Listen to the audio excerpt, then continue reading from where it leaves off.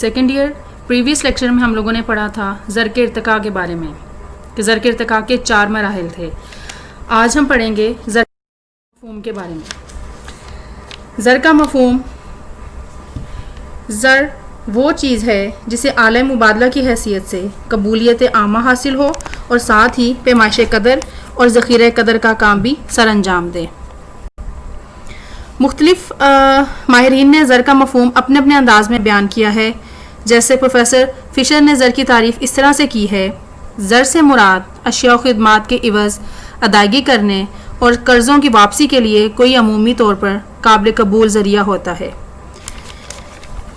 زر کے کچھ فرائض ہیں. پہلا فرض اعلی مبادلہ. زر کا سب سے پہلا کام یہ ہے کہ وہ بطور ایک اعلی مبادلہ کے لوگوں میں گردش کرے، یعنی اشیاء و خدمات کے تبادلہ کے لیے بطور ایک واسطے کا کام کرے اور لوگ اسے لین دین کے لیے قبول کرے. دوسرا فرض اس کا یہ ہے مشترک معیار قدر. زر کا دوسرا اہم کام یہ ہے کہ وہ بطور معیار قدر کے کام کرتا ہے، یعنی دوسری چیزوں کی قدر کا اندازہ زر کے معیار پر ہوتا ہے. مثلا اگر آم 40 روپے فی کلو گرام ہو تو اس کا مطلب یہ ہے کہ 1 کلو گرام آم کی قدر 40 روپے کے برابر ہے. تیسرا اہم فریضہ یہ ہے زر کا کہ وہ ذخیرہ قدر کا کام بھی کرتا ہے. اس سے مراد یہ ہے کہ اشیاء کی قدر و مالیت کا ذخیرہ زر کی صورت میں کیا جا سکتا ہے. چوتھا فرض اس کا یہ ہے آئندہ ادائیگیوں کا معیار. زر کا ایک کام یہ بھی ہوتا ہے کہ وہ آئندہ ادائیگیوں کے معیار کے طور پر کام کرتا ہے. لوگ اسے ادھار لین دین میں قبول کرتے ہیں. آج کل لاکھوں کروڑوں روپے کے ادھار کا لین دین زر کی شکل میں ہوتا ہے اور اس کی واپسی ادائیگی میں کوئی مشکل پیدا نہیں ہوتی.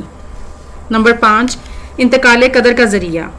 عام طور پر زمین، مکان اور جائیداد وغیرہ کو غیر منقولہ جائیداد تصور کیا جاتا ہے کیونکہ وہ ایک جگہ سے دوسری جگہ منتقل نہیں ہو سکتی. لیکن زر نے اس مشکل کو بھی دور کر دیا ہے کیونکہ لوگ اب اپنی جائیداد کو ایک جگہ فروخت کرتے ہیں اور اس کے بدلے زر حاصل کرتے ہیں اور زر کی بدولت دوسری جگہ وہ اپنی مرضی کی شے، مکان یا کوئی بھی جائیداد وغیرہ خرید لیتے ہیں.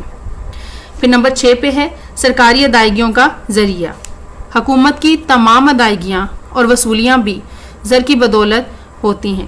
حکومت کے تمام تر ٹیکس، مثلا custom duty, excise duty, income tax, property tax, سب زر کی صورت میں بینکوں میں جمع کروائے جاتے ہیں.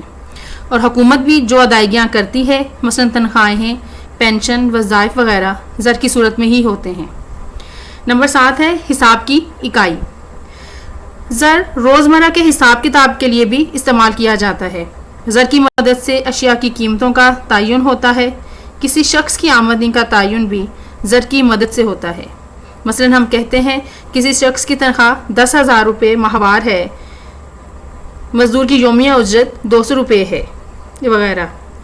نمبر 8 مقبول ترین سیال پذیر اثاثہ.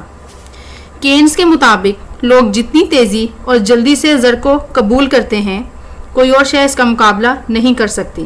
مثلا اگر ہمارے پاس زر نقد ہو تو اس کی مدد سے ہم جو چیز چاہیں خرید سکتے ہیں.